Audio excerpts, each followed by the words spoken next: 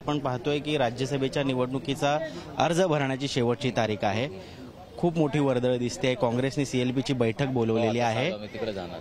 जवळपास 45-44 आमदार आहेत काँग्रेसचे, पण फक्त 20 पेक्षा 1-2 जास्त असे दिसतात। तसा नाही, तुम्हाला सांगतो फक्त नांदेडचे आमदार सोडून सर्वही काँग्रेस पार्टीमध्ये राहणार आहे। एक चुकीचा संदेश किंवा चुकीचा बातमी कोणी पसरू लागलोय।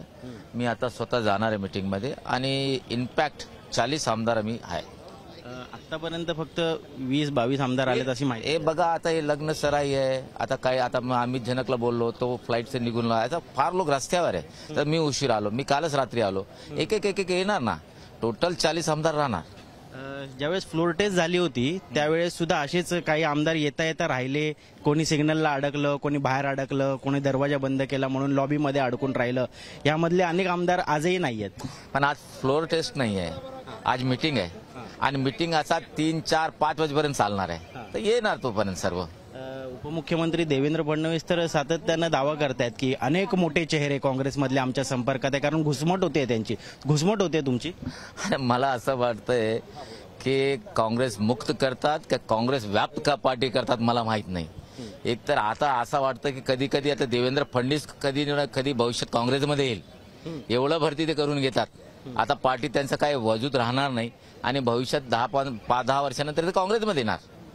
आता चंद्रकांत हांडोरेंची उमेदवारी तर दिली आहे, पण याच चंद्रकांत हांडोरेंना विधान परिषदेमध्ये काँग्रेसमधल्या अंतर्गत गटबाजीमुळे कुठेतरी पराभूत व्हावं लागलं होतं। पुन्हा एकदा तीच वेळ येईल असं वाटत। एक बघा, काँग्रेस पार्टी निष्ठावंत लोकांना न्याय देणारी पार्टी आहे। मागे ते विधान परिषदला पडले, पण त्यांना आता न्याय दिला आणि मी खरोखर सांगतो की एक दलित चेहरा त्यांनी राज्यसभेवर पाठवून काँग्रेसच्या लोकांनी त्यांना न्याय दिला असं मी म्हणतोय।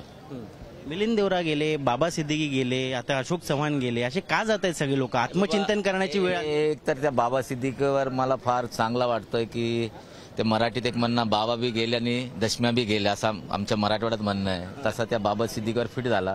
त्याला राज्यसभेत चॉकलेट दिलं होतं पण त्याला काही भेटलं नाही आणि ते ना राज्यसभेत भेटलं धड ना काही भेटणार त्याला। आता त्याचं मुलाचं भविष्य आहे, त्याने निर्णय घ्यायला पाहिजे आता कुठं राहायचं कुठं नाही, पण मला वाटतं की ते काँग्रेसमध्ये राहणार।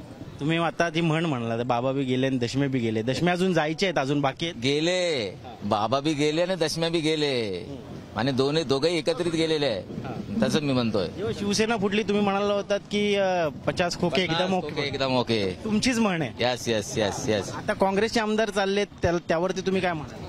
हे बघा, काँग्रेसचा कोणी आमदार नाही, काँग्रेसचे फक्त एक नेता आणि त्याचे समर्थक गेले। म्हणजे एक नेता गेले की काँग्रेस संपला असं नसतं।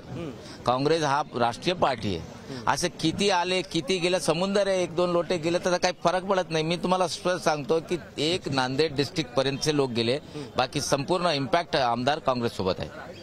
धन्यवाद। तर हे होते कैलास गोरंट्याल, विश्वास व्यक्त करतायत की फक्त नांदेड आणि अशोक चव्हाण यांच्या जवळचे आमदार फक्त या बैठकीला आलेले नाही आहेत, मात्र काँग्रेस जे आहे ते अजूनही अभेद्य राहील असा विश्वास कैलास गोरंट्याल या ठिकाणी व्यक्त करताना दिसत आहेत। कॅमेरा पर्सन वैभव कानगुटकर सोबत मी ऋत्विक भालेकर, मुंबई तक।